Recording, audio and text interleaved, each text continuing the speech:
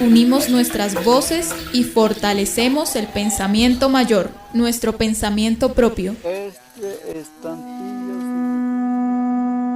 Transmite Autoridades Tradicionales Indígenas de Colombia Radio, desde la antigua Confederación Muisca, hoy Santa Fe de Bogotá. Sintonizamos los corazones con el palpitar de la Madre Tierra.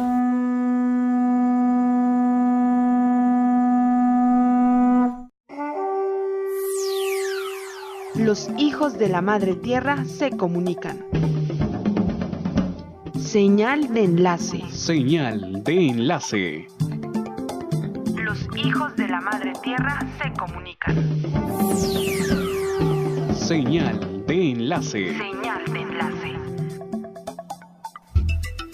La siguiente es una producción del Sistema de Comunicaciones y Medios de Autoridades Tradicionales Indígenas de Colombia, Gobierno Mayor. Nepurutí, Nepurutí, Nepurutí. Le contamos, le informamos. Noticias, noticias. Nepurudi, le contamos, le informamos. Desde las montañas y los valles, desde los pueblos y las ciudades, los hijos de la Madre Tierra se comunican. Los hijos de la Madre Tierra informan. El equipo de comunicaciones de Autoridades Tradicionales Indígenas de Colombia, Gobierno Mayor, comparte toda la información. Dirección General, Ángel Jacanamejoy.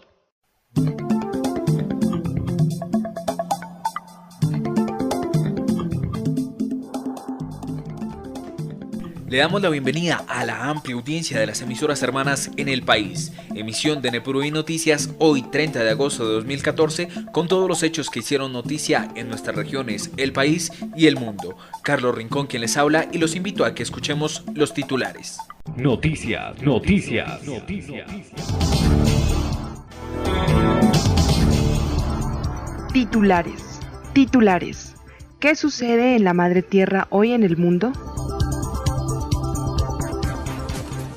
En los últimos 5 años, los resguardos indígenas han perdido 115.000 millones de pesos a causa de la corrupción. Indígenas ecuatorianas serían correos urbanos de la guerrilla. Se trabaja política pública para pueblos indígenas en aislamiento voluntario.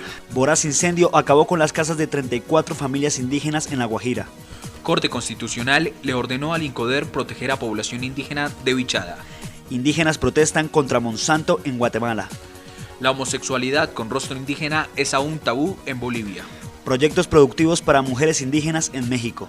Rescatan a indígenas peruanos de presunta red de trata de personas. Más de 200 indígenas infectados con VIH-Sida en la Amazonía peruana.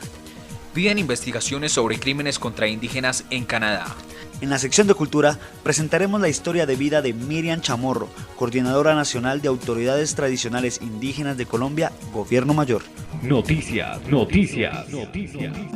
Nepurudi Noticias es el programa informativo de las Autoridades Tradicionales Indígenas de Colombia, Gobierno Mayor, y tiene como objetivo fortalecer el pensamiento propio. Para lograr esto, tenemos una sección que se llama La Editorial, que siempre será realizada por uno de nuestros sabios mayores, y en esta oportunidad es el Taita Miguel Chindoy, ex gobernador del pueblo de Sibundoy, quien nos acompaña. En Nepurudi Noticias, el mensaje expresado en la nota editorial constituye el pensamiento de autoridades tradicionales indígenas de Colombia. Quiero referirme en pocas palabras sobre el tema del gobierno de los pueblos originarios. Históricamente, los pueblos originarios o llamados pueblos indígenas, desde épocas inmemorables, hemos sido titulares de unos territorios, de unos conocimientos y hemos sido portadores de unas normas propias de gobierno propio. Y de una manera general hoy estamos hablando del derecho mayor. Pero, ¿qué implica ser portadores de unas normas, de unas costumbres y tradiciones? Ante todo es importante señalar que ha sido a través de las normas propias, a través de los usos y las costumbres y tradiciones, que ha sido posible autogobernarnos. Hemos tenido un sistema de gobierno ancestral anterior al sistema que hoy conocemos, la sociedad. El sistema ancestral de gobierno fundamentado en principios y conocimientos tiene un elemento esencial que es la parte espiritual. Gobernar implica conocer, entender a su pueblo, su contexto, conocer la problemática esencial, las preocupaciones, los sueños y deseos del pueblo. Gobernar implica conocer un camino, pero sobre todo, gobernar implica saber dar ejemplo. Ese es un principio básico que nuestros mayores entendieron como principio de autoridad. La autoridad no como una facultad de mando, sino la autoridad como un ejemplo con su comunidad. Y para nosotros ha sido muy importante, o debe ser muy importante, tener en cuenta ese elemento esencial de gobierno, porque es lo que permite tener la claridad del norte de nuestro pueblo y tal vez de cada pueblo originario que esté asentado en su territorio. Porque primero que todo es la identidad política cuando nos gobernamos desde nuestros usos y costumbres, pero también cómo cuando tenemos claridad sobre nuestras propias normas nos permite tener la capacidad de diálogo con la institucionalidad, es decir, podemos hablar de autoridad a autoridad, de gobierno a gobierno, de norma a norma, la norma institucional con la norma ancestral. Y hoy, uno de los temas que la institucionalidad debe tener en cuenta en su relacionamiento con los pueblos originarios debe ser ese, que no está tratando con cualquier sociedad o cualquier instancia organizacional como una junta de acción comunal, no, sino cuando está hablando con autoridades de pueblos indígenas, debe tener claro que está tratando con gobiernos de pueblos indígenas. Y para nosotros también es importante que hoy se visibilice, no solamente frente a la institucionalidad, sino al resto de la sociedad, cómo no solamente entender, sino aprender de las normas ancestrales. No en vano, cómo han sido los pueblos indígenas portadores de un conocimiento de unas normas que le han posibilitado ser grandes guardianes de la naturaleza, que hoy es de conocimiento y reconocimiento público. Es desde estas normas que nosotros queremos seguir dialogando con el resto de la sociedad. Los hijos de la Madre Tierra se comunican. De Purudi le contamos, le informamos. ¿Qué sucede en la Madre Tierra hoy en el mundo? Empezamos con el desarrollo de nuestras noticias y vamos a ver qué ocurrió en Colombia con los hijos de la Madre Tierra. ¿Qué está pasando en Colombia? En Epurudi Noticias le contamos, le informamos. La población indígena es una de las más vulnerables y con mayor número de necesidades en el país. Sin embargo, en los últimos 5 años, los resguardos indígenas han perdido más de 115.000 millones de pesos a causa de la corrupción. El siguiente es un informe especial realizado por Edwin Suárez. En el marco del Sistema General de Participaciones, existe una asignación especial de recursos para resguardos indígenas. La Contraloría General de la República se dio a la tarea de investigar en qué se han invertido esas millonarias asignaciones presupuestales durante los últimos 5 años, y los hallazgos son preocupantes por los altos índices de corrupción.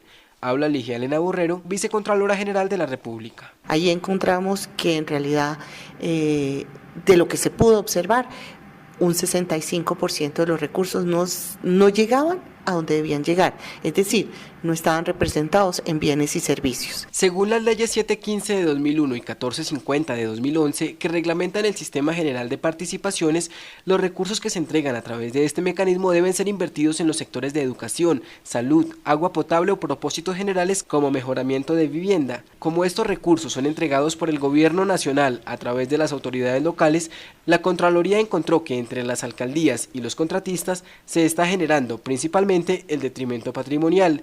La Vicecontralora General de la República, Ligia Elena Borrero. Obviamente, toda la maraña de la ejecución de estos recursos pasa por las autoridades locales, en donde tenemos básicamente un trípode, la autoridad indígena, la autoridad local, alcalde y el contratista.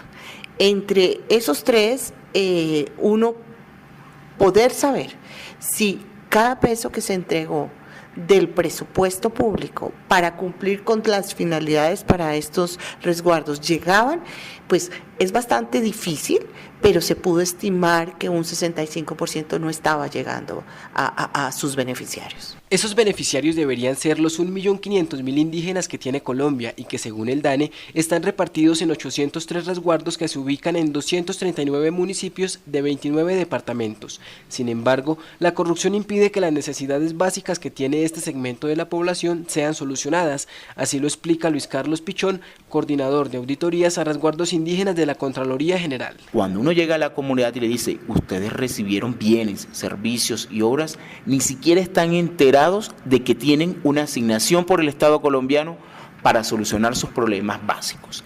Y prueba de ello es cuando se entregan bienes de obras, ya sean láminas de zinc, cemento, ladrillo o esas cuestiones, o no entregan nada o entregan solamente una parte de lo que es. Cuando llega la Contraloría General de la República a verificar qué personas se beneficiaron, no hay listado. Y si hay listado, aparece que recibió, por decirlo, 50 ladrillos. Cuando vamos a preguntar a la persona si recibió los 50 ladrillos, solo recibió 10 o no recibió nada. Por eso es importante que las comunidades sean vigilantes y denuncien cuando aparecen que recibió algo que no les fue entregado. Y que estén vigilantes con las autoridades tradicionales indígenas de que les entregan y se cumpla la voluntad de las comunidades en lo que tiene que ver para mejorar las condiciones de vida de estas comunidades. La corrupción ha sido de tal magnitud que de los recursos que el Sistema General de Participaciones ha entregado para los resguardos indígenas entre 2008 y 2013, se ha generado un detrimento patrimonial de más de 115.000 millones de pesos. Solo en el departamento de Vichada la desviación de recursos en los últimos 5 años se aproxima a los 41.000 millones. Habla el coordinador de auditorías a resguardos indígenas de la Contraloría General, Luis Carlos Pichón. La zona, digamos, de lo que son territorios nacionales, la corrupción es muy alta. En el departamento de La Guajira, lo mismo, también va alta. En el Chocó, zonas donde hay indígenas, ahí es donde más se presentan estas situaciones, en las cuales la Contraloría está siendo como más enfocada a qué se contrató, a quién se le entregó y quién recibió. Y ahí es donde hay una efectividad de que si se entregó o no se entregó el recurso. Como no se ha entregado el recurso, se están abriendo procesos de responsabilidad fiscal y los hallazgos están dándole traslado a la Fiscalía General de la Nación y a la Procuraduría General de la Nación según su competencia. Según la Contraloría General de la República, la única manera de minimizar los riesgos de corrupción de los presupuestos del Sistema General de Participaciones recae sobre el Ministerio del Interior. Es este ministerio el único que puede cambiar la normatividad actual a través de la cual se entregan los recursos y generar un control fiscal participativo donde la comunidad entera pueda ser garante de la ejecución del presupuesto.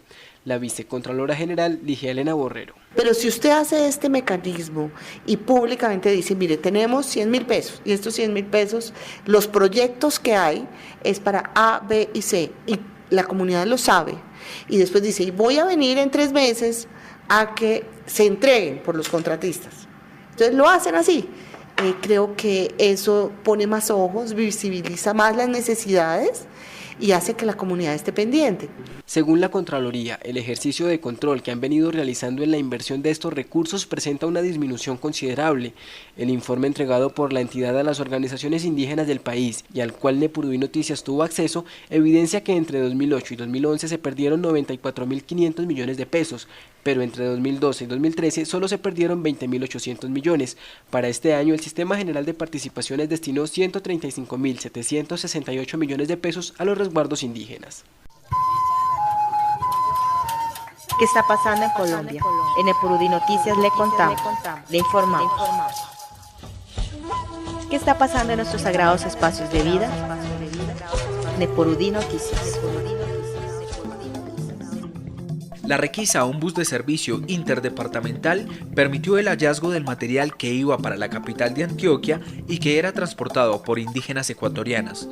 Claudio Almendra con más información. Un juez de garantías legalizó ayer la captura de 2 mujeres de nacionalidad ecuatoriana sorprendidas al interior de un bus interdepartamental, transportando material de guerra, presuntamente con destino a la guerrilla en el interior del país. La captura se produjo en el peaje de Cerritos 2, en la vía que une los departamentos de Risaralda y el Valle del Cauca. La audiencia fue suspendida y se reanudó el lunes 25 de agosto a las 9 de la mañana por solicitud de la defensa, que exigió la presencia de un intérprete que hable la lengua de la etnia indígena ecuatoriana. Las 2 indígenas identificadas como María Rosa Gualacata y Josefa Peña Velasco fueron capturadas en flagrancia sobre la vía que comunica a Andalucía Valle con Pereira Risaralda, kilómetro 86, peaje Cerritos 2.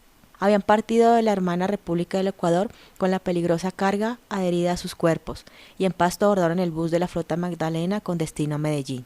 A su paso por Pereira, en el peaje de Cerrito 2, los uniformados que pretendían realizar una inspección de rutina al bus en que viajaban se acercaron a las mujeres y notaron una actitud sospechosa. Ambas mujeres viajaban con menores de edad, a quienes cargaban en sus brazos.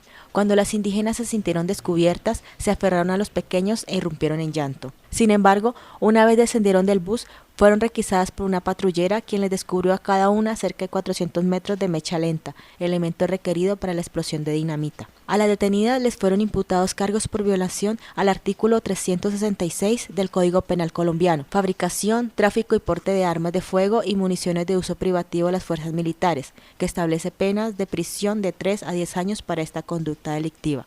La Policía de Infancia y Adolescencia intervino y de manera inmediata procedió a restablecer los derechos de las 2 menores y dejarlas a disposición de la autoridad competente. Se estableció que las 2 ciudadanas ecuatorianas provienen de una ciudad llamada Otavalo. Noticias. ¿Qué está pasando en nuestros sagrados espacios de vida? En Epurudí Noticias. En compañía de los pueblos originarios de la Amazonía, el Ministerio del Interior viene adelantando la creación de la política pública para pueblos indígenas en aislamiento voluntario. Edwin Suárez con más información. Para muchas personas resultaría increíble creer que en pleno siglo XXI aún existan en el mundo pueblos indígenas en aislamiento o no contactados. Las condiciones geográficas de la Amazonía hacen que en Colombia se hayan descubierto 2 tribus que se encuentran en aislamiento voluntario. Daniel Aristizábal, profesional de apoyo en la Oficina de Asuntos Indígenas del Ministerio del Interior. Grupos indígenas que no tienen contacto con nadie, que no quieren tener contacto con nadie, que no han tenido hace muchos años. Eso no quiere decir que nunca hayan sido contactados, por el contrario. Precisamente por haber tenido experiencias nefastas y negativas con el contacto, deciden aislarse y no tener relaciones incluso con sus familiares o sus comunidades indígenas vecinas. Estos grupos indígenas son muy vulnerables porque, sobre todo ante las enfermedades que desconocen, pueden fallecer en grandes números. Se habla del 50% en los primeros 5 años generalmente. Y Colombia no ha reconocido todavía un marco legal para su protección. Precisamente, desde el Ministerio del Interior se adelanta la creación de una política pública para la protección de estos pueblos originarios. Esta política se construye bajo el acompañamiento de la Organización de Pueblos Indígenas de la Amazonía Colombiana. Habla Gilma Román del pueblo Huitoto. Lo que estamos solicitando al gobierno nacional es que se le proteja su territorio ancestral y su cosmovisión y su cultura y la pervivencia de esos pueblos.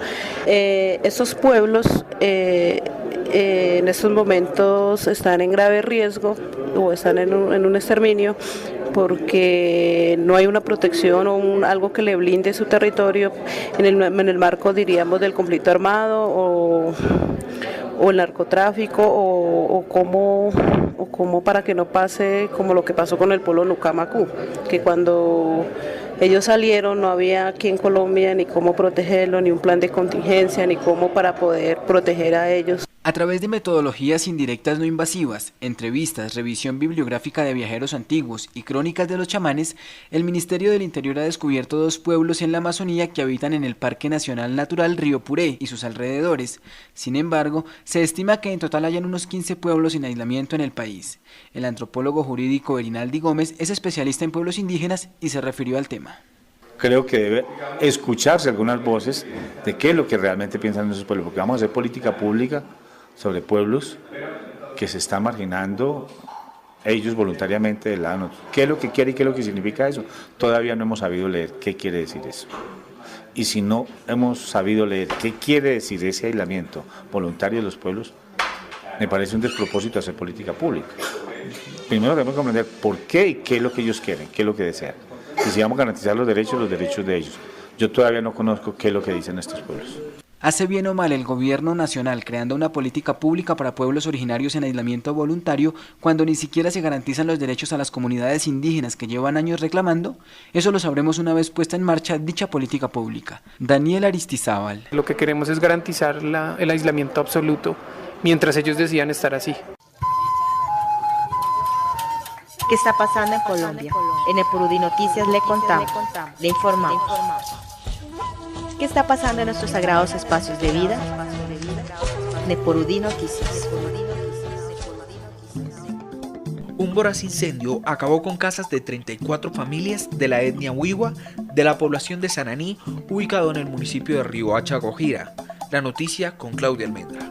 El fuego, uno de los elementos de la naturaleza que es adorado por los indígenas, fue justamente el que dejó, no en la calle, sino en medio de la espesura de la montaña, a 34 familias que suman 170 personas pertenecientes a la etnia Wiwa, que tiene presencia en toda la Sierra Nevada de Santa Marta.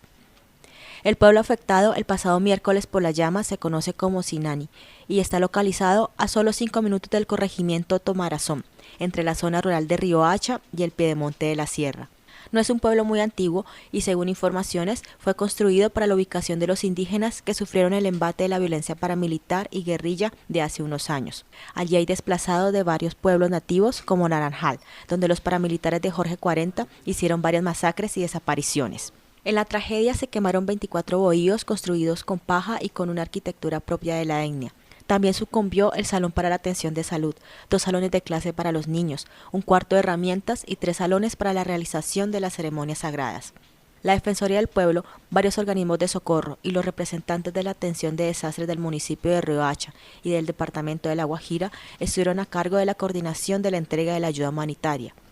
Lo primero fue enviar hamacas para que pudieran pasar la noche sin problemas. También llevaron agua y alimentos, dijo Fabio Romero de la Cruz Roja. En el incendio que dejó millonarias pérdidas materiales, económicas y también espirituales para los indígenas Wiwa, por fortuna no hubo heridos, debido a que gran parte de la comunidad estaba por fuera, probablemente en una ceremonia religiosa. Noticias.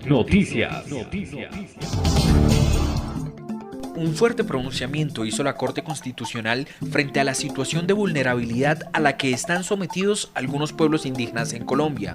Además, la Corte Constitucional le ordenó al INCODER proteger de manera especial a población indígena de Vichada. Más información con Edwin Suárez.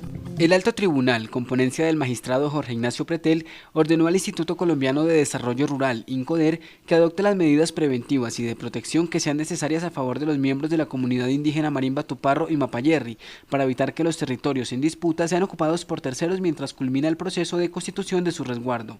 La Corte tomó la decisión tras acoger la petición del gobernador del resguardo indígena Marimba Tuparro, perteneciente al pueblo Sicuani y Mapayerri, del Vichada, quien aseguró que a esa población se le están vulnerando sus derechos fundamentales al debido proceso, vida digna, identidad étnica y cultural, consulta previa, propiedad privada, salud, educación, vivienda digna y alimentación, por no contar con un resguardo constituido. Para ello narró que en el año 2007 se produjo una invasión masiva de cultivadores de coca en el territorio indígena Marimba Tuparro, que obligó a la comunidad Mapayerri a tomar medidas para eliminar los cultivos cultivos ilícitos, situación que originó que la comunidad fuera amenazada por grupos al margen de la ley y muchos de sus miembros se desplazaran temporalmente a otras áreas. Agrega que en reiteradas ocasiones y desde el año 1999 le han solicitado al INCODER y al Ministerio del Interior adelantar el proceso de constitución del resguardo, sin que a la fecha esto haya sucedido, lo que a juicio de la Corte Constitucional resulta reprochable al recordarle al Gobierno Nacional que es su obligación garantizar el acceso a estos territorios, su delimitación y titulación conforme a las normas del debido proceso dentro de un plazo razonable. Pues advierte la Corte que una actuación contraria por parte de las autoridades estatales competentes genera una amenaza contra los derechos fundamentales y expone a un estado de vulnerabilidad mayor a la comunidad indígena solicitante por la ausencia de un territorio debidamente reconocido y amparado por un título colectivo en donde ejercer su cultura y cosmovisión. Señala para ello que no se debe olvidar que para las comunidades indígenas el territorio tradicionalmente ocupado y sus recursos naturales no persiguen fines mercantiles. La tierra para los pueblos indígenas no es, por regla general, un factor de producción ni un objeto sobre el que se ejerce dominio o una mera explotación económica.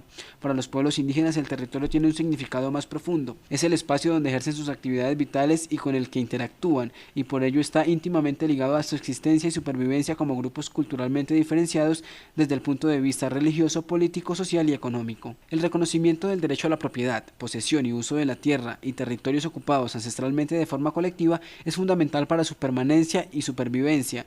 El derecho al territorio se ha visto afectado por situaciones de orden público, político, administrativo, económico, entre otros, de los estados en los que se encuentran ubicados estos pueblos, puntualiza el fallo. Por esta razón, la Corporación Judicial exhorta a la Defensoría y a la Procuraduría que vigilen el adelantamiento del proceso de constitución del resguardo de la comunidad indígena Sicuani, Marimba, Tuparro y Mapayerri del municipio de Cumaribo en el departamento de Vichada. Noticias. Recuerden que los acontecimientos e historias de los pueblos indígenas se oyen aquí en Nepurudí Noticias. Hacemos una pequeña pausa, pero no se muevan porque enseguida regresamos con más información en Nepurudí Noticias. Nepurudí. Le contamos, le informamos. ¿Qué es Nepurudí? Escúchalo todos los sábados a las 6 de la tarde a través de las emisoras indígenas y comunitarias del país. ¿Qué dicen los vecinos de los pueblos originarios? ¿Qué dicen ellos? ¿Qué dicen ellos? Compasara Karea Pedaitam. ¿Qué dicen ellos? Ulelube Namun Maigas. ¿Qué dicen ellos? Los no indígenas, hay que escucharlos para pensar y hasta para evaluar. ¿Qué dicen ellos? Imatayu Yaikuna Paikuna. Nuestros vecinos, nuestros hermanos. Primero, no al libre comercio. No al libre comercio porque es una estrategia para robarnos el territorio del imaginario, la memoria y la vida. No al terror y la guerra porque son instrumentos para despojarnos. No más políticas de despojo porque las leyes se hacen para robarnos. En cambio de esas leyes tenemos que tener la legislación propia de los pueblos para defender la vida. Exigir el cumplimiento de obligaciones de Estado. No es que nosotros vamos a movilizarnos es para pedirle al gobierno que cumpla. No, esa es una obligación que tiene, se lo exigimos. Y el último, que era el más importante, es, mire, imagínense esto, que esa es una mesa de negociación y yo voy a negociar. Del otro lado de la mesa están los que me vienen a robar. Entonces yo voy a la mesa de negociación cuando ellos me citan y ellos traen el proyecto que ellos quieren y encima de eso ellos tienen una plata que me dicen si me la van a dar o no. Si yo voy a esa mesa de negociación y yo no tengo mi propuesta, ¿qué propuesta negocio? La de ellos. Eso es lo que nos está pasando a todos los procesos. Cuando uno no tiene propuesta propia, negocia la del otro. Nosotras y nosotros no tenemos propuesta propia de los pueblos indígenas. Pero en cambio sí tenemos a ese no y esa otra organización no y al otro no. Y nos tienen peleando entre indios en vez de construir propuesta propia. No al libre comercio, legislación de despojo, el terror como instrumento de despojo. O sea, eso, la guerra se la inventaron para robarnos, no importa quién la haga. 4, exigencia de nuestros derechos que se han ganado con lucha. Y por último, tenemos que tener una agenda construida desde los pueblos, desde abajo, y no esperar a que nos la hagan desde arriba. Yawari Yawari Kurusta Yawari Tapuay. Muchísimas gracias por continuar con nosotros en el espacio informativo de los hijos de la Madre Tierra por Colombia y el mundo.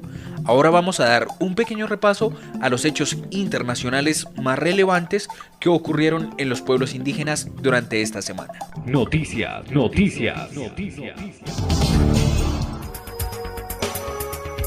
Los hijos de la Madre Tierra se comunican. De Purudi le contamos, le informamos. ¿Qué sucede en la Madre Tierra hoy en el mundo? Decenas de indígenas y campesinos se han movilizado esta semana en la capital de Guatemala para rechazar una ley aprobada recientemente por el Congreso, en la cual se da vía libre para la manipulación genética de semillas y vegetales. Edwin Suárez con más información. Organizaciones indígenas y campesinas rechazaron en la capital de Guatemala lo que han denominado la Ley Monsanto, una normativa aprobada por el Congreso en donde se autoriza que cualquiera patentice nuevas semillas utilizando como base los elementos genéticos por lo menos de los 15 principales cultivos del país, entre ellos el maíz. Habla Mash Mash, miembro del Consejo Pueblos de Occidente. Porque está entregando en manos de las transnacionales el control de la alimentación de los pueblos, el control de la soberanía y la seguridad alimentaria de todos los pueblos, cosa que lo vamos a defender como pueblos. Con esta ley temen los agricultores organizados que la transnacional Monsanto sea la principal beneficiada e inicie una expansión de semillas transgénicas en el país, utilizando como base elementos de los granos que son considerados sagrados para los pueblos originarios. Así lo afirma el agricultor Julián Vázquez. Esta ley terminaría la vida del guatemalteco. El pueblo maya se termina en este caso si el maíz es privatizado por Monsanto o nos quitan el alimento que tenemos día a día. Sin el maíz no somos nada completamente. La aprobación de esta ley era también un requisito pendiente que exigía Estados Unidos a Guatemala en un capítulo del denominado Tratado de Libre Comercio. Sin embargo, los manifestantes consideran que esto solo busca un beneficio comercial para las transnacionales, pero perjudicial para la salud de los guatemaltecos. Habla Magdalena Alvarado. Esta ley nos afecta totalmente a todas las comunidades del pueblo maya porque nosotros sembramos el maíz, el frijol, las verduras no contaminadas, todas son orgánicas, somos pueblos que comemos mucho maíz. La ley de obtención de vegetales o ley Monsanto ha sido impugnada ante la Corte Constitucional de Guatemala, al tiempo que el Congreso ofreció enmiendas a la misma. Noticias.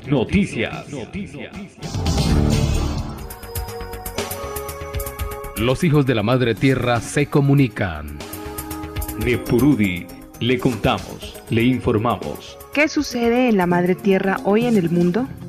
Edson Hurtado, un escritor boliviano, presentó recientemente un libro que escribió con los resultados sobre investigación acerca de la homosexualidad indígena en Bolivia. Este tema es un verdadero tabú en el país andino. Claudia Almendra con la información. La homosexualidad es aún un tema tabú en las comunidades indígenas bolivianas, en las que por lo general se castiga o persigue a quienes tienen opciones sexuales distintas o se evita del todo hablar del tema, según una investigación del escritor y periodista Edson Hurtado. Los resultados del estudio están en el libro Indígenas homosexuales, un acercamiento a la cosmovisión sobre diversidades sexuales de 7 pueblos originarios del Estado Plurinacional de Bolivia, escrito por Hurtado y que fue presentado esta semana en La Paz, capital de ese país. La homosexualidad es un tema tabú no solo en comunidades indígenas, sino también en áreas urbanas. Pero creo que en el área rural, en muchas comunidades indígenas, aún se generan mecanismos de represión, violencia y persecución a quienes son diferentes, incluso a quienes tocan el tema o pretenden reivindicarlo, sostuvo Hurtado. El escritor se planteó la investigación como una continuación de su libro, Ser gay en tiempos de Evo, publicado en 2011. En el que presentó en 133 historias una visión crítica a la diversidad sexual en Bolivia. Además, tras esa publicación y al ver que poco o nada se ha escrito sobre indígenas homosexuales, el autor decidió profundizar esa temática y para ello logró el apoyo de la organización Conexión Fondo de Emancipación y del colectivo Rebeldía. Hurtado señaló que como periodista y escritor, cree que su único objetivo es contar buenas historias, por eso se embarcó en esta investigación. El escritor también dijo que escuchó algunos comentarios de compañeros indígenas con diversa orientación sexual e identidad de género, y por eso se dedicó durante unos meses a buscar más datos.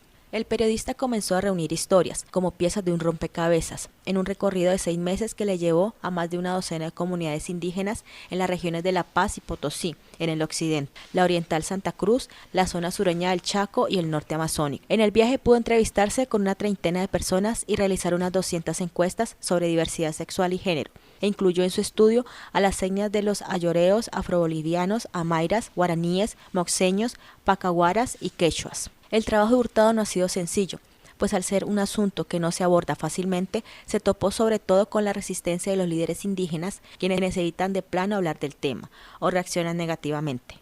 Hurtado indicó que, por ejemplo, el Jilacata, o jefe de la etnia Mayra de una comunidad del sur de la región andina de Potosí, le expulsó del lugar solamente por tocar el tema. Pero también le sorprendió mucho constatar que en la ciudad norteña de Cobija, fronteriza con Brasil, las diversidades sexuales son menos agredidas y más respetadas que en el resto del país, por lo que concluyó que en las tierras bajas se puede hablar con mayor libertad que en el altiplano. El libro incluye 7 historias en formato de crónica, entre ellas la de la Madonna de Soratá, una transexual que emigró a El Alto, ciudad vecina de La Paz, que murió con 21 años, víctima de la inseguridad ciudadana, justo en el momento en el que ella, delicada mariposa Mayra, desplegaba sus alas. Una de las historias que más le impactó fue la que conoció en San Ignacio de Moxos, en el oriente boliviano, sobre todo por la interpretación que hicieron en el pueblo de un tema como la transexualidad y de cómo nacen las leyendas en la Amazonía boliviana a partir de esta clase de hechos, indicó. El escritor se siente satisfecho por el trabajo logrado y expresó su deseo de que sea un aporte al debate y que impulse la socialización de las normas contra la discriminación de los colectivos bolivianos de lesbianas, gays, bisexuales y transexuales.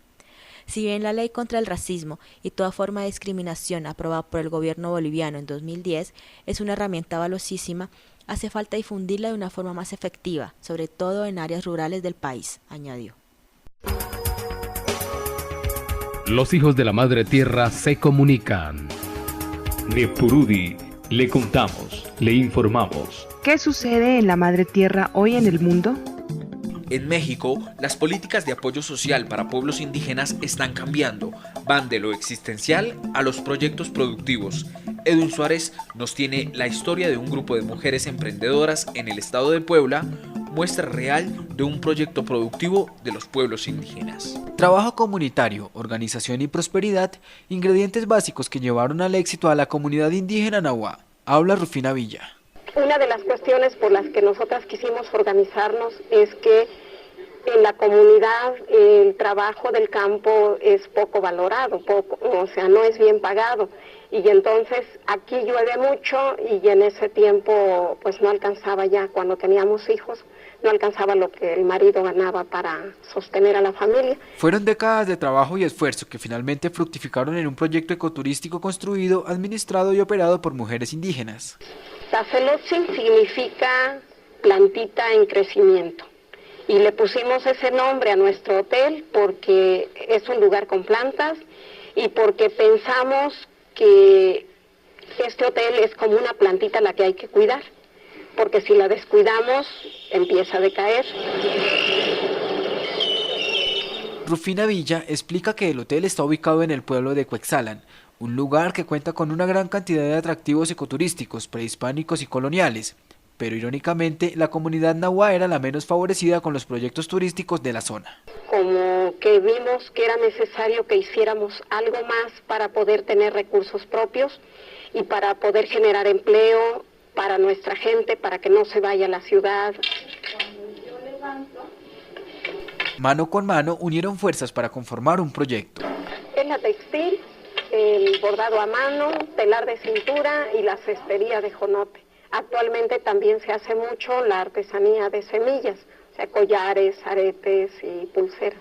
Vimos una oportunidad al ver la posibilidad de organizarnos y fue cuando decidimos hacerlo para poder vender nuestra artesanía. Una vez conformada la cooperativa, la Red Indígena de Turismo en México gestionó un crédito para que 55 empresarias indígenas tejieran el sueño de tener su propio hotel. Rufina Villa. 515,000 pesos es lo que nos presta la FONAES y ya con esos 2 recursos logramos construir en el término de un año, un poquito más de un año, construimos 10 habitaciones, 2 albergues y un salón de usos múltiples. En cada rincón del pintoresco hotel se respira tranquilidad, se palpa el arte y la esencia de las manos indígenas mexicanas. Es un lugar donde en todas las habitaciones van a encontrar las manos de nuestras compañeras en los bordados y en los tejidos de las colchas que son hechas en telar de cintura. De esta manera nosotras estamos expresando nuestra cultura y también estamos generando más empleo para nuestras compañeras. Con ejemplo de humildad, trabajo y perseverancia. Se van muy contentos, agradecen la hospitalidad y que les encantaron las habitaciones, que les gustó el lugar por su tranquilidad o por la vegetación, por el ruido de los pajaritos que los despiertan, a veces se dejan ver ahí las ardillas, los colibríes, y pues vienen como a saludar a la gente. Un ejemplo verdadero de emprendimiento de los pueblos indígenas en el mundo. Los hijos de la Madre Tierra se comunican. Nepurudi, le contamos, le informamos. ¿Qué sucede en la Madre Tierra hoy en el mundo? Ahora vamos al vecino país de Perú, donde rescatan a indígenas que estaban en manos de una presunta red de trata de personas. Entre los indígenas pertenecientes a las etnias Machihuenga y Ashaninka se encontraba un bebé de 8 meses. Más información con Claudia Almendra. Las autoridades peruanas rescataron a 8 indígenas, entre los que había un bebé de 8 meses, de caer en una presunta red de trata de personas cuando eran transportados a la región de Madre de Dios, en el sur del país, según informó este martes en un comunicado la Dirección Descentralizada de Cultura de Cusco. Los indígenas fueron abandonados el viernes por el promotor del grupo, identificado como Antonio Guillén, quien se dio a la fuga cuando agentes de la Policía Nacional del Perú y del Ministerio Público los interceptaron en Mazuco, en el límite territorial entre las regiones de Cusco y Madre de Dios. Según el antropólogo William Pino, subdirector de Interculturalidad del Ministerio de Cultura en Cusco, los 8 nativos viajaban engañados bajo el pretexto de trabajar como vigilantes en una zona natural de la selva protegida en Madre de Dios. El grupo de indígenas rescatado pertenecen a las etnias Machihuenga y Achaquinca y está integrado por 6 hombres y 2 mujeres, entre los que se encuentra el presidente de la comunidad nativa de Limatambo, Emilio Córdoba, y su homólogo de la comunidad nativa de Manitinquiari, Juan Mejía. William Pino explicó que el Ministerio de Cultura atendió a los nativos y les brindó hospedaje, alimentación, asistencia médica y asesoría legal, así como un servicio de transporte para que retornen a sus comunidades originarias. Noticias. Continuamos en Perú, donde el 77% de los casos de personas reportadas con SIDA en la región amazónica del vecino país corresponde a indígenas. En total son 200 nativos los que han contraído la enfermedad. El siguiente informe es una cortesía del diario peruano La República. Los Aguajún, el segundo pueblo nativo más numeroso de la Amazonía peruana, después de los Ashánicas, con aproximadamente 50.000 nativos que se ubican a lo largo de los departamentos de Loreto, Amazonas, San Martín y Cajamarca, no saben qué es lo que está matando a sus jóvenes. No confían de la salud que le dicen que es la enfermedad y por eso se van al culandero. ¿Ustedes no creen que sea una enfermedad? ¿Qué creen entonces que es? Es un daño. La mayoría de infectados son hombres increíblemente entre los 14 y 25 años, una estadística que marca en rojo en toda la provincia amazónica de Condorcanqui. Poco más de la mitad de su población es joven y con una actividad sexual muy activa y poco protegida.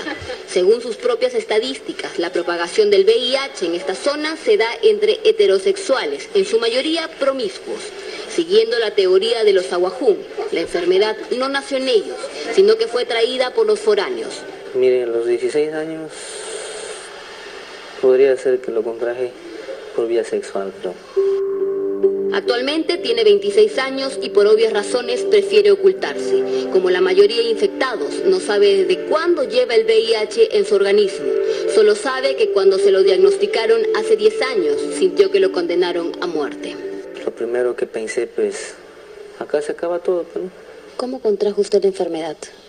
En vista de que me iba mal, pues, tomé la opción de ir al ejército, servir en el ejército y, bueno, estuve 3 meses en el ejército y ahí es donde me pasan por exámenes médicos y donde me sale, ¿no? si no hasta el día de hoy no hubiese sabido nada. Me imagino que por... Sintió que era una sombra en medio de la selva. Una vez que asimiló la enfermedad, empezó a tratarse. Pero para acceder a los antirretrovirales prácticamente tenía que mendigar. Los análisis que debe hacerse periódicamente solo los hacen en Bagua, a 6 horas de Santa María de Nieva, donde vive. Hoy ha abandonado su tratamiento. Por el momento es solo portador y no tiene síntomas, pero contagiará a quien tenga relaciones con él sin protección o se infecte con su sangre de manera accidental. Lo que más lo desmorona es la discriminación. Y uno va de repente al hospital para ponerse una ampolla y las técnicas son las que se pelotean. No, estoy ocupada, dile a la licenciada. No, la licenciada, no es ahí está la técnica. No, es que ahí está la obstetriz. Y, en fin, pues no. Y eso, creo que eso es discriminación. En Condorcanqui existen 62 centros de salud, solo 11 médicos generales y ningún médico especialista. Un triste número que atiende a unos 10.000 habitantes. ¿Cuántos médicos infectólogos hay en la zona? Infectólogos, médicos generales son todos. No hay ningún especialista, un infectólogo. Infectólogo no, en la provincia no. Bajo este contexto, aquí enfermarse es un lujo que nadie puede darse, menos aún si es de VIH o SIDA, enfermedad que es de temer y nadie quiere ni siquiera tocar a un infectado. Quizá por la lejanía, quizá por ignorancia, quizá por la poca preparación médica, los hospitales son el último lugar donde ellos quieren estar. La cultura indígena no está acostumbrada a tocar los temas sexuales de manera abierta. Es un tema tabú y esto impide que aún los que tienen enfermedades de transmisión sexual, que no sea SIDA, tampoco lo revelan. Los hijos de la Madre Tierra se comunican. Nepurudi, le contamos, le informamos. ¿Qué sucede en la Madre Tierra hoy en el mundo? Ante el silencio que mantiene el gobierno de Canadá sobre la desaparición y el asesinato de mujeres y niñas indígenas en este país norteamericano, la comunidad aborigen de la Primera Nación y organizaciones pro derechos humanos siguen pidiendo al gobierno que abra una investigación al respecto. Más información con Claudia Almendra. Los activistas canadienses renuevan su demanda después de que el cuerpo sin vida de una chica indígena de 15 años de edad, identificada como Tina Fontaine, fuera encontrado el domingo 17 de agosto en un saco en el Río Rojo, en la provincia de Manitoba. Poco después de este incidente, la Comisión Canadiense de Derechos Humanos pidió a Ottawa que reaccione ante el asesinato de la joven indígena. La presidenta de la Asociación de Mujeres Nativas de Canadá, Michelle Audette, ha lamentado este lunes que el gobierno del primer ministro, Stephen Harper, no haya tomado medidas ante la creciente ola de violencia, racismo y sexismo contra las féminas indígenas. Audette también agregó que si las mujeres de cualquier otro grupo hubieran sido asesinadas en el mismo tiempo y en las mismas espantosas circunstancias, seguramente el número de las protestas públicas hubiera sido superior. Por su parte, Trudy Labelle, directora ejecutiva de un organismo de caridad que provee refugios a las indígenas de Canadá, ha asegurado que la sociedad canadiense desprecia a las indígenas y ha advertido de que ellas están expuestas a grandes problemas sociales, como la adicción, la pobreza y la falta de techo. El Observatorio de los Derechos Humanos urgió en enero a las autoridades canadienses a abrir una investigación pública sobre los crímenes cometidos contra la población femenina indígena. Además, abogó por la creación de un sistema que eleve la responsabilidad ante la falta de ética profesional de la Policía Nacional. No obstante, el premier canadiense descarta la posibilidad de abrir semejante investigación y dice que no hay que considerar estos casos como un fenómeno sociológico. En mayo pasado, la Real Policía Montada de Canadá presentó un informe en el cual señaló que 1.017 casos de homicidio fueron registrados contra las mujeres indígenas entre 1980 y 2012. Los hijos de la Madre Tierra se comunican. Nepurudi, le contamos, le informamos. ¿Qué sucede en la Madre Tierra hoy en el mundo? Y ahora presentamos la sección cultural en Nepurudi Noticias. La armonía maravillosa de la música. La alegría del alma expresada a través de la danza. El compartir y recibir. Hacen parte de nuestras valiosas costumbres, de nuestra cultura. En Nepurudi Noticias, la sección cultural. En Nepurudi Noticias, la sección cultural. Hoy presentamos la historia de una vida digna de admirar. Miriam Chamorro es la coordinadora nacional de Autoridades Tradicionales Indígenas de Colombia, Gobierno Mayor. Lo que ustedes escucharán a continuación es el pequeño fragmento de una historia que reúne 51 años de arduo trabajo, lucha y entrega total a la defensa de los derechos de los pueblos indígenas colombianos. La nota es de Edwin Suárez.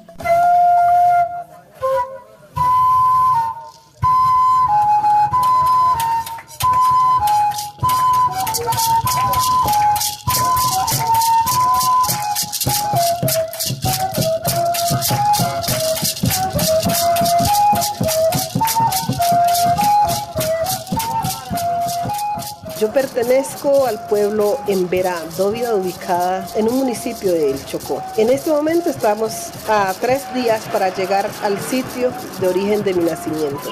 Salí a la ciudad por razones de estudio, básicamente. Puedo decir que para la época donde salimos a estudiar, algunos de mi comunidad, era un tiempo difícil para los pueblos indígenas y también para las personas que pertenecíamos a esos pueblos. Había una gran discriminación de la parte de los ciudadanos que vivían en estas ciudades o en estos poblados de Colombia.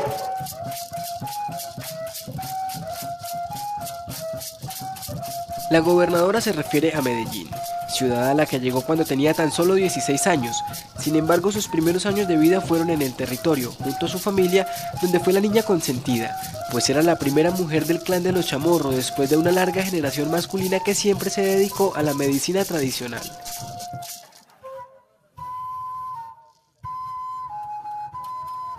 Mi infancia fue absolutamente tradicional. Aún hoy los compañeros que se acercan a la región de origen de donde provenimos se dan cuenta de que todavía hay mucho acervo cultural, todavía estamos muy arraigados, conservamos el idioma, conservamos un altísimo porcentaje de nuestras costumbres, de nuestra cosmovisión, de nuestros sitios sagrados. Y pues nos criamos bajo esos parámetros y esos principios culturales de los Emberas Dóvidas, y más una región donde ha sido reconocida por todas las comunidades que pertenecen al pueblo Embera como uno de las bases culturales más profundas que hay en el momento de los pueblos de esta característica.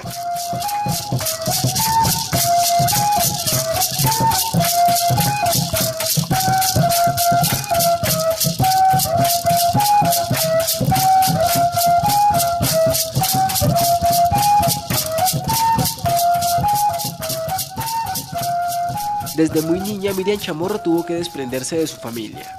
Cuando tenía 9 años fue llevada a un colegio de religiosas, donde duraba varios meses en el internado, y una vez terminado el bachillerato se fue a buscar formación profesional en la capital de Antioquia.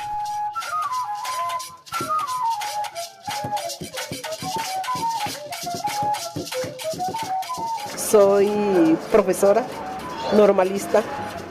Luego pues fui a la comunidad a hacer mi año rural y pues cumplido ese tiempo ingresé a la universidad a estudiar Derecho. También estudié Ciencias Políticas, pero el trabajo comunitario siempre me ha absorbido. Y eso ha hecho que donde he estado, desde mi parte estudiantil, donde he podido hacer énfasis en la parte organizativa, lo hemos hecho. Hice parte de los jóvenes que fundaron la Oregua en un inicio, nuestra organización regional del Chocó. En esa época de juventud, la gobernadora Chamorro y sus compañeros crearon un cabildo urbano en Medellín y lograron que la Universidad de Antioquia destinara unos cupos especiales a la población indígena. Y fue así, en esos actos de rebeldía, como ella misma denomina toda su actividad comunitaria, la llevaron a ser concejal de la ciudad desde 1994 hasta el año 2000. Hoy es la Coordinadora Nacional de Autoridades Tradicionales Indígenas de Colombia, Gobierno Mayor.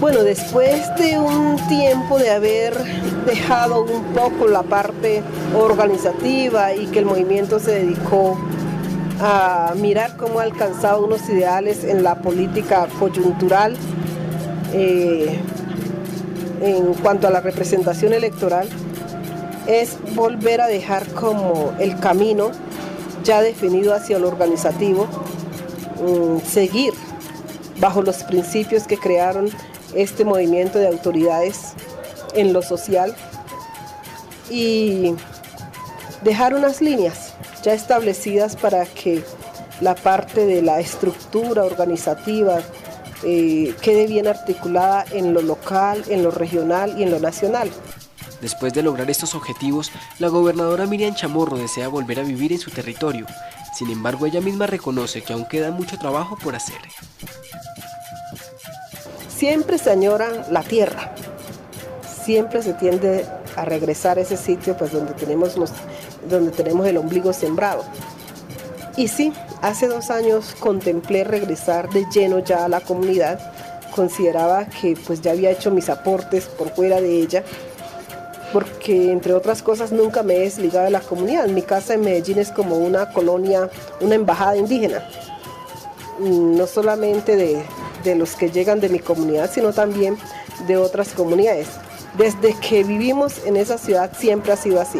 No hemos perdido el contacto con la comunidad de origen, si bien antes no se los visitaba con frecuencia. Hubo un tiempo en que sí, año a año iba, y cuando se daba una situación difícil de que falleciera un compañero indígena de la región, pues había que ir a entregar el cadáver, y en esos momentos pues también nos allegábamos a nuestro territorio. Claro, ahora en cumplimiento pues de esta misión, espero que esta sea una de mis últimas, creo que la última contribución al movimiento en general, indígena desde lo nacional o desde otro ámbito, y sí pienso radicarme a esperar ya los años más viejos y el retorno al espíritu eterno. Pienso regresar tan pronto termine esta misión, porque pues allá ha sido el compromiso, se ha estado solicitando, y bueno, y el llamado de la tierra ha sido ese, el de regresar.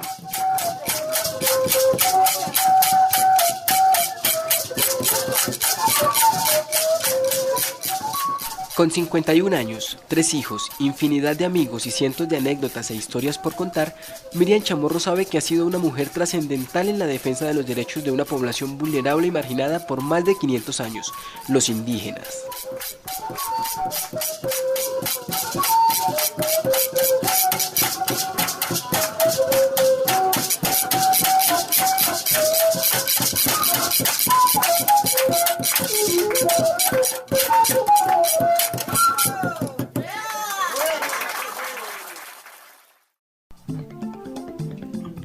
Hasta aquí el bloque informativo de Nepurudí Noticias. Agradecemos a las emisoras Musicalia del municipio de Planadas y a Taiko FM en Ataco, Tolima.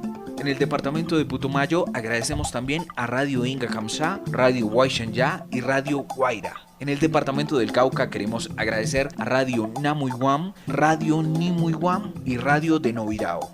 También agradecemos a las emisoras que nos transmiten en el departamento del Huila y en el resto del país. A nuestros oyentes, muchísimas gracias por su atención y los esperamos en una próxima emisión. Recuerden visitar nuestra página web www.gobiernomayor.org y recuerden también que pueden escribirnos y enviarnos sus noticias al correo electrónico comunicacionesgobiernomayor@gmail.com. Les habló Carlos Rincón, muchas gracias. El equipo de comunicaciones de autoridades tradicionales indígenas de Colombia, Gobierno Mayor, comparte toda la información, a toda hora, todos los días. Dirección General, Ángel Jacanamijoy.